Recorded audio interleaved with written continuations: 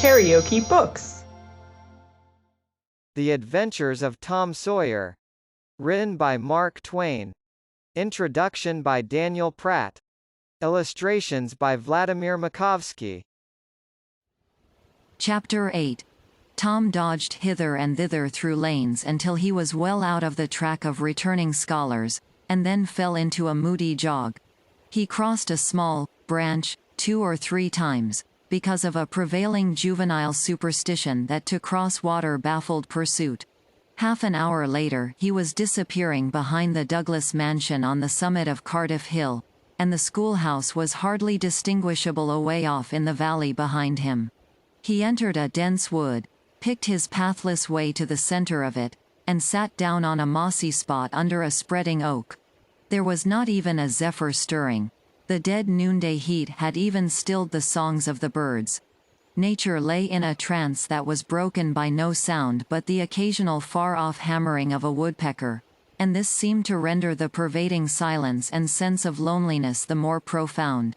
The boy's soul was steeped in melancholy. His feelings were in happy accord with his surroundings. He sat long with his elbows on his knees and his chin in his hands, meditating. It seemed to him that life was but a trouble, at best, and he more than half envied Jimmy Hodges, so lately released. It must be very peaceful, he thought, to lie and slumber and dream forever and ever, with the wind whispering through the trees and caressing the grass and the flowers over the grave, and nothing to bother and grieve about, ever any more. If he only had a clean Sunday school record he could be willing to go, and be done with it all. Now as to this girl. What had he done? Nothing. He had meant the best in the world, and been treated like a dog, like a very dog. She would be sorry someday, maybe when it was too late. Ah, if he could only die temporarily. But the elastic heart of youth cannot be compressed into one constrained shape long at a time. Tom presently began to drift insensibly back into the concerns of this life again. What if he turned his back, now, and disappeared mysteriously? What if he went away, ever so far away, into unknown countries beyond the seas, and never came back any more? How would she feel then? The idea of being a clown recurred to him now, only to fill him with disgust. For frivolity and jokes and spotted tights were an offense, when they intruded themselves upon a spirit that was exalted into the vague august realm of the romantic. No, he would be a soldier, and return after long years, all war-worn and illustrious.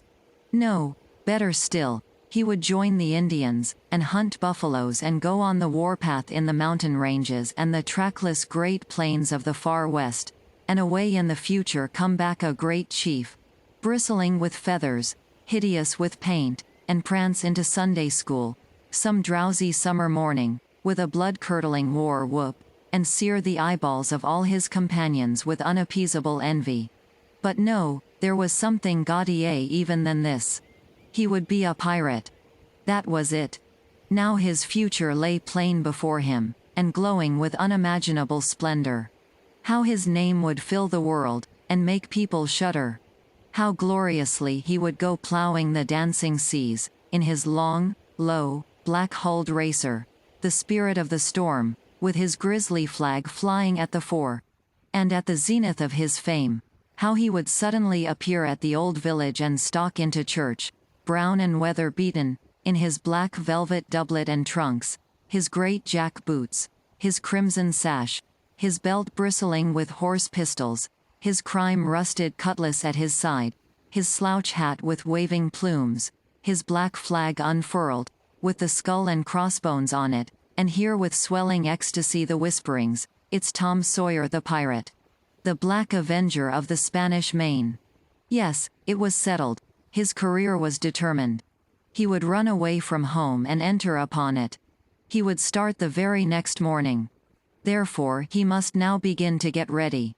He would collect his resources together. He went to a rotten log near at hand and began to dig under one end of it with his Barlow knife. He soon struck wood that sounded hollow. He put his hand there and uttered this incantation impressively. "What hasn't come here, come. What's here, stay here." Then he scraped away the dirt, and exposed a pine shingle. He took it up and disclosed a shapely little treasure house whose bottom and sides were of shingles. In it lay a marble. Tom's astonishment was boundless. He scratched his head with a perplexed air, and said, "Well, that beats anything." Then he tossed the marble away pettishly, and stood cogitating. The truth was, that a superstition of his had failed, here, which he and all his comrades had always looked upon as infallible. If you buried a marble with certain necessary incantations, and left it alone a fortnight, and then opened the place with the incantation he had just used, you would find that all the marbles you had ever lost had gathered themselves together there. Meantime, no matter how widely they had been separated. But now, this thing had actually and unquestionably failed. Tom's whole structure of faith was shaken to its foundations. He had many a time heard of this thing succeeding but never of its failing before. It did not occur to him that he had tried it several times before, himself, but could never find the hiding places afterward. He puzzled over the matter some time, and finally decided that some witch had interfered and broken the charm. He thought he would satisfy himself on that point, so he searched around till he found a small sandy spot with a little funnel-shaped depression in it. He laid himself down and put his mouth close to this depression and called, "Doodlebug, Doodlebug, tell me what I want to know. Doodlebug, Doodlebug, tell me what I want to know." The sand began to work, and presently a small black bug appeared for a second and then darted under again in a fright. "He dasn't tell. So it was a witch that done it. I just knowed it." He well knew the futility of trying to contend against witches, so he gave up discouraged. But it occurred to him that he might as well have the marble he had just thrown away, and therefore he went and made a patient search for it. But he could not find it. Now he went back to his treasure house and carefully placed himself just as he had been standing when he tossed the marble away. Then he took another marble from his pocket and tossed it in the same way, saying, "Brother, go find your brother." He watched where it stopped, and went there and looked. But it must have fallen short or gone too far, so he tried twice more. The last repetition was successful. The two marbles lay within a foot of each other. Just here the blast of a toy tin trumpet came faintly down the green aisles of the forest. Tom flung off his jacket and trousers, turned a suspender into a belt, raked away some brush behind the rotten log, disclosing a rude bow and arrow, a lath sword and a tin trumpet, and in a moment had seized these things and bounded away, bare-legged, with fluttering shirt. He presently halted under a great elm, blew an answering blast, and then began to tiptoe and look warily out, this way and that. He said cautiously, to an imaginary company, "Hold, my merry men. Keep hid till I blow." Now appeared Joe Harper, as airily clad and elaborately armed as Tom. Tom called, "Hold! Who comes here into Sherwood Forest without my pass? Guy of Gisborne wants no man's pass.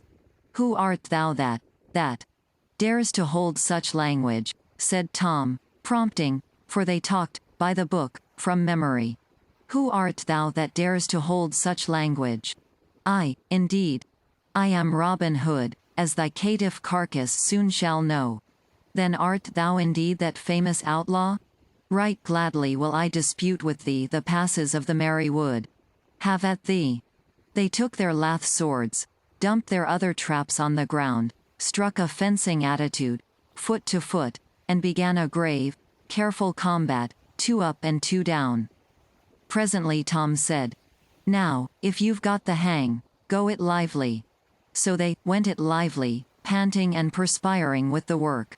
By and by Tom shouted, "Fall! Fall! Why don't you fall?" "I shan't." "Why don't you fall yourself? You're getting the worst of it." "Why, that ain't anything. I can't fall. That ain't the way it is in the book. The book says, 'Then with one back-handed stroke he slew poor Guy of Gisborne.' You're to turn around and let me hit you in the back." There was no getting around the authorities, so Joe turned, received the whack and fell. Now, said Joe, getting up, you got to let me kill you. That's fair. Why, I can't do that, it ain't in the book. Well, it's blamed mean, that's all. Well, say, Joe, you can be Friar Tuck or Much the miller's son, and lam me with a quarter-staff. Or I'll be the sheriff of Nottingham and you be Robin Hood a little while and kill me. This was satisfactory, and so these adventures were carried out. Then Tom became Robin Hood again, and was allowed by the treacherous nun to bleed his strength away through his neglected wound.